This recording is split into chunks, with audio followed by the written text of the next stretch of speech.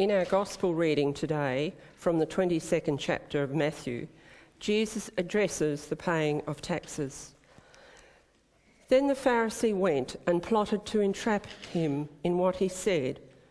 So they sent their disciples to him along with the Herodians, saying, "Teacher, we know that you are sincere and teach the way of God in accordance with truth, and show deference to no one. For you do not regard people with partiality. Tell us then what you think. Is it lawful to pay taxes to the emperor or not?" But Jesus, aware of their malice, said, "Why are you putting me to the test, you hypocrites? Show me the coin used for the tax." And they brought him a denarius. Then he said to them, "Whose head is this, and whose title?" They answered, "The emperor's." Then he said to them, "Give therefore to the emperor the things that are the emperor's, and to God the things that are God's." When they heard this, they were amazed, and they left him and went away. May the Spirit bless us with wisdom and wonder as we ponder the meaning of these words for our lives. Next Saturday arvo, I'm going to the flicks. Or being translated, next Saturday afternoon, I'm going to the pictures. That's what we used to say when we were growing up. There was always a matinee, a program of films, and there was always a serial. And the serial would be something we looked forward to. What happened to that cowboy last week? And so we would go expecting to hear the story continue. These days on television, and some of the serials that we love watching on a certain channel that's number 2 on the dial, they start off by saying previously. And it's really good for us as we think, now, actually, what did happen last week? I'm really a bit hazy. Yes. And they give you little snippets of information about what happened in the week before. And then you can catch up and the story continues.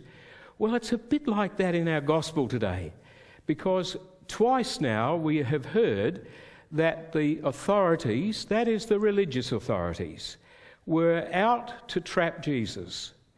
He had become popular, and their authority was being undermined, and so they wanted to know how they could stop this rabbi, this person who was preaching and teaching and telling stories that people loved to hear. St. Mark's Gospel says, "And the people heard him gladly."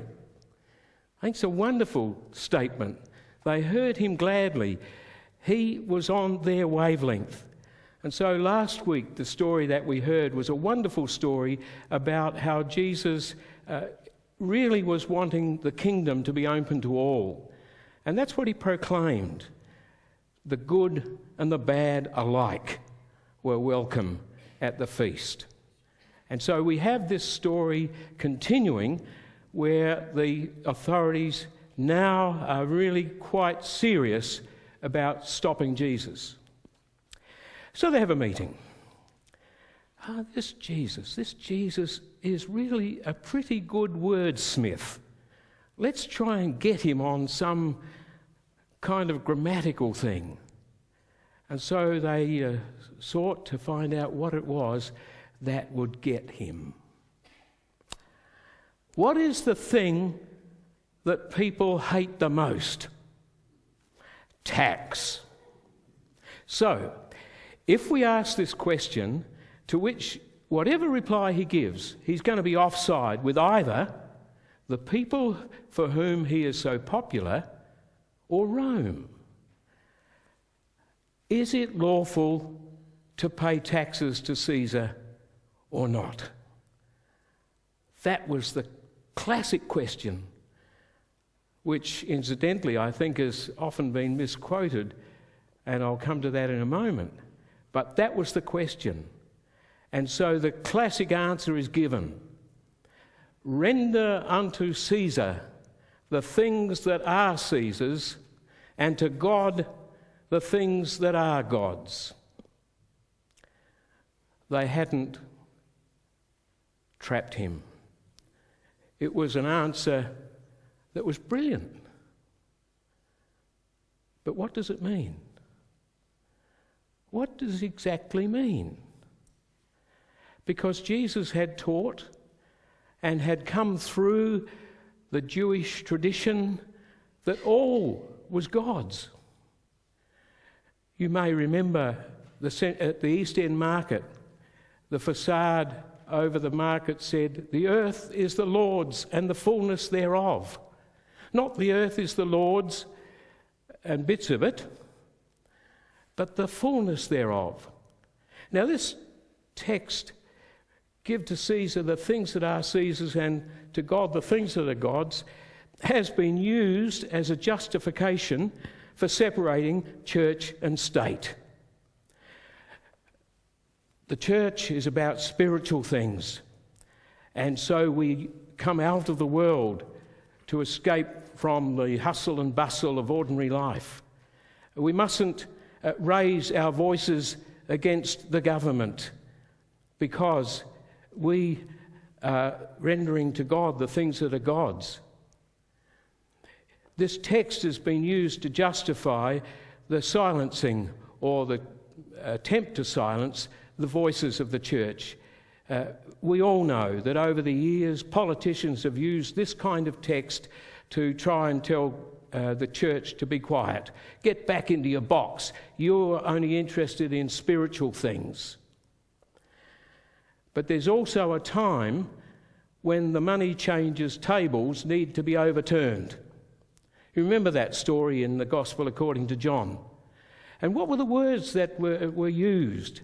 "You have turned this into a den of robbers, a place of exploitation of the poor. It's to be a house of prayer for all nations." And you may remember that there are sections for the women, sections for the Gentiles, and sections for those who are really the in crowd. And Jesus came to dispel all of those barriers. We just sang that. The barriers he derides. So in this particular text, "Give to Caesar the things that are Caesar's and to God the things that are God's," is Jesus really separating the world from the kingdom? Although he said the kingdom is not of this world, but the kingdom that he introduces, the kingdom of love and compassion and justice, is a kingdom for all. Professor Bill Loader, in his commentary on this particular text, finishes up by saying that if you take the coin and you flip the coin, it comes down both sides God's. When Jesus talked about and they asked him, should we pay taxes? Of course. There was no question. He didn't say, no, don't pay your taxes. He said, recognise the world as it is. Recognise the world where there are the Caesars. But the interesting thing to go on from that is, how were people then to respond as they heard that statement from Jesus? Rome was in power. Rome was in charge. Do you support a regime where, from your Christian perspective, you have disagreements about the way that government is behaving? It's a question that has occurred over and over the years. When I was studying to qualify as a teacher, I studied with Dr. Basil Moore. Basil Moore was a South African who had spoken out against apartheid and was therefore a marked person. And for him, he became very disillusioned with the church in South Africa, who had not spoken out against apartheid. He came to Adelaide and in a sense, renounced the church, but became a lecturer in religion studies. And I was privileged to sit at his feet and listen to Basil Moore, who talked about matters of justice and where we should be speaking out as a people of God against the things that we found in the work of the government and so on. There is a place for us to speak out, because the earth is the Lord's and the fullness thereof, not just the bits that we call spiritual, but the whole world is God's. Flip the coin, both sides, it's God's. So as we question where we are in the world as Christians, where we question where the government is in terms of our faith, then we do speak out. We speak out against children in detention. We speak out against all kinds of things. The environment, there are so many issues that this text gives us leave to speak about. Is this coin belonging to Caesar or to God? It all belongs to God.